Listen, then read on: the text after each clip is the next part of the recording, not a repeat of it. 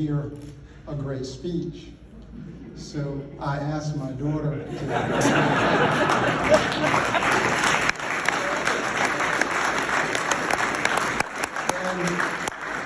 and knowing that the plaintiff gets to give the opening and the rebuttal, I knew that you would want to hear a great rebuttal speech. So I asked Chris Searcy to give the rebuttal. And if that didn't work, I thought I'd call on Loretta Hall or somebody to bail me out. What am I supposed to say? I got one.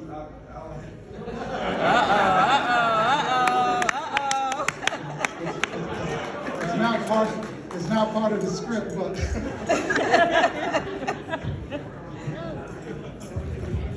Before we lost Moses Baker to the bench, he was teamed with Jack Scarola, and they were known far and wide, for those of you who used to watch TV back in the 80s, as the A-Team.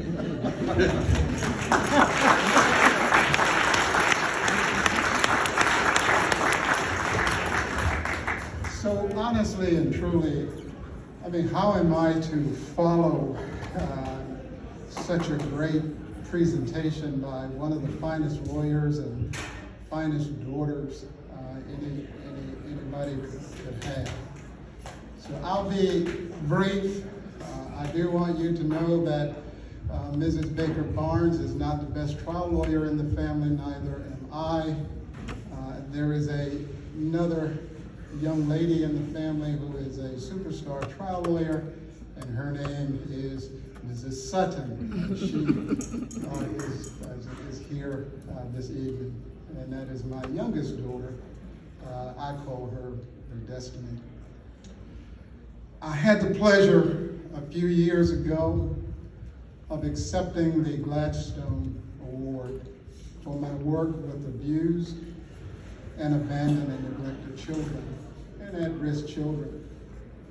That award was very special to me because I knew Judge Gladstone, and he made it a point to know me.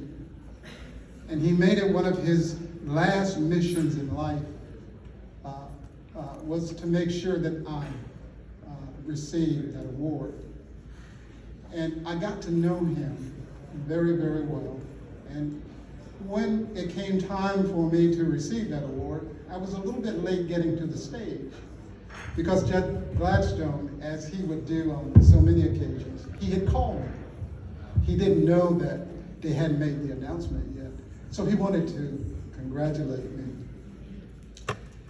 Shortly after I won or received that award, Judge Gladstone passed away.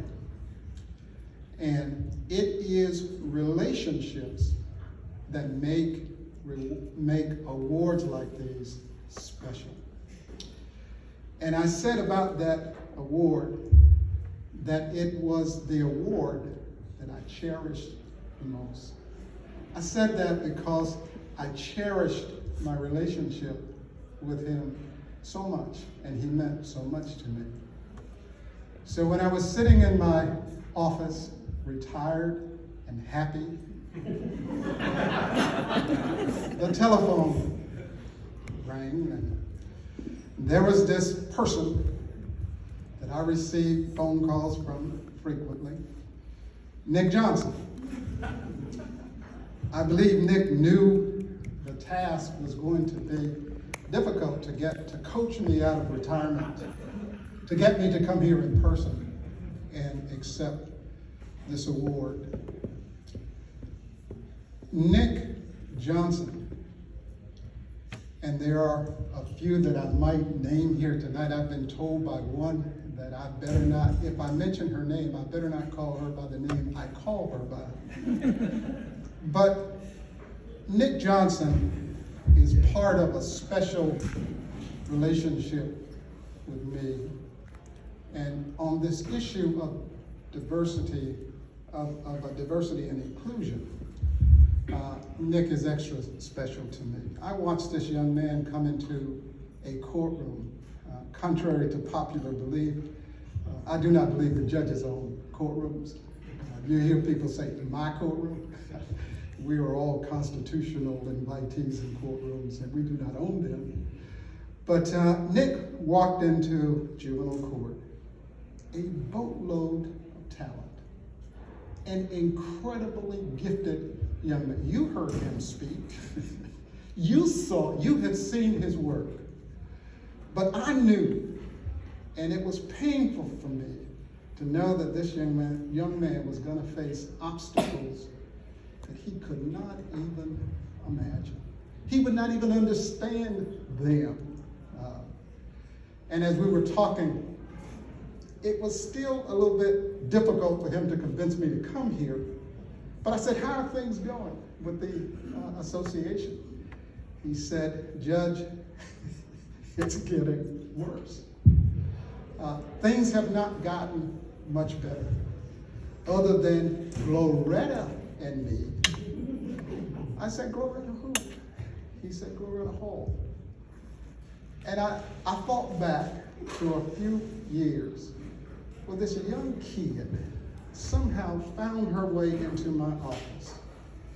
One of the most talented young persons I would ever meet.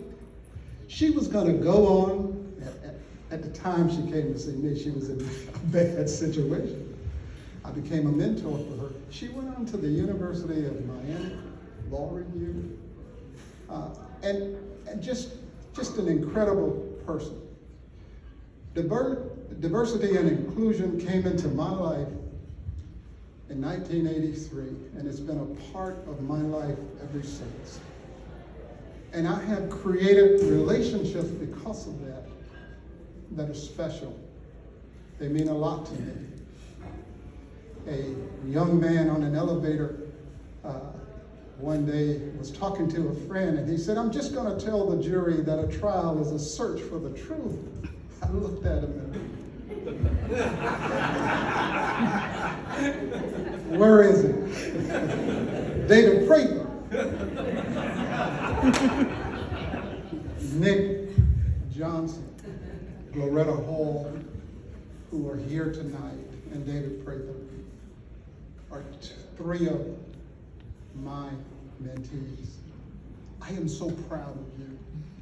If Nick Johnson does not become president of this organization, I will come back and blow. No, I won't do it.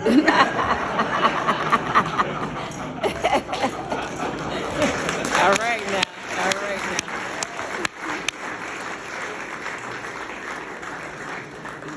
And so it is because of these special relationships that I am here tonight. I'm happy to receive the award, but I cannot tell you folk how good it makes me feel to hear a person who was a nurse, not even in law school, say to me a few moments ago, you know, what's the expression, Gloretta, we use?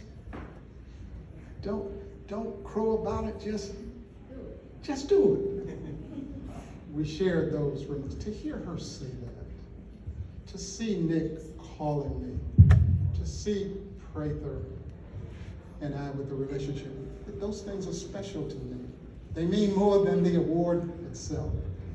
Because those things are so special, I cannot say the Gladstone Award is not one of the most cherished, but I will say this, I have identified a place in my house that this award will sit next to. So I'm very proud of it because it does represent my life's work. I heard the frustration in Nick's voice. I know what he is up against. So I'm prepared to leave you with these words. First, in order to really understand how difficult it is for the minority, whether it's a woman, whether it's an African American, whether it's a crazy young man that I call Jorge, you know him as George LaBarga. It's difficult. It's very difficult. And when Justice LaVarga asked me to be his presenter. He asked me to tell his story, to make people understand how difficult it is. And it's difficult. It is difficult. And so I said then what I say now.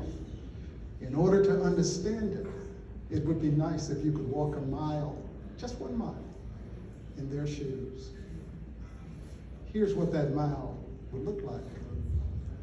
First of all, you would not have any shoes. You would have to make your own shoes. Because the shoes for your task have not been made yet. And then when it comes to the road, not only would there be no road, there would be no plans for the road. You'd have to build the road yourself. And once you got the road built, everybody's going to be looking for signs. The signs are going to say, Public Defender's Office 2 miles, State Attorney's Office 3 miles, legal aid, or open your own firm, and the road would dead end. The road would dead end. And then to make it worse, you'd have to walk it in total and complete darkness. Now maybe you might get lucky. In that darkness, you might see a little candle in the window to lead the way. You may find some very nice stations like Searcy, Denny, Scarola, Barnhart, and Shipley, or someplace to keep you safe as you travel. But that's what it's like. No shoes, no road. You have to do all of that yourself. And that's what people don't understand it. Last but not least, I learned a long time ago, maybe it's like a baseball game. Nick, in your work, I'm preaching to you now because I love you and I know you're going to do well. If you don't become president of the organization, I'm going to come back and no. Don't try to hit home runs. John Romano and Karen Giebers know you're not going to hit a lot of home runs. I mentioned them because, as I told Karen a few moments ago, if she feels a little weight on her shoulders, I'm standing on her shoulders tonight. It was John Romano who said to me, we are going to tackle the issues of diversity and inclusion head on in this organization. But don't try to hit home runs. Just keep hitting singles. If you do that one day, Gloretta will get on base. Nick will get on base. David will get on base. Lori might even become secretary. And just maybe somebody will hit another single and we'll get you home. I hope you get home. Thank you all.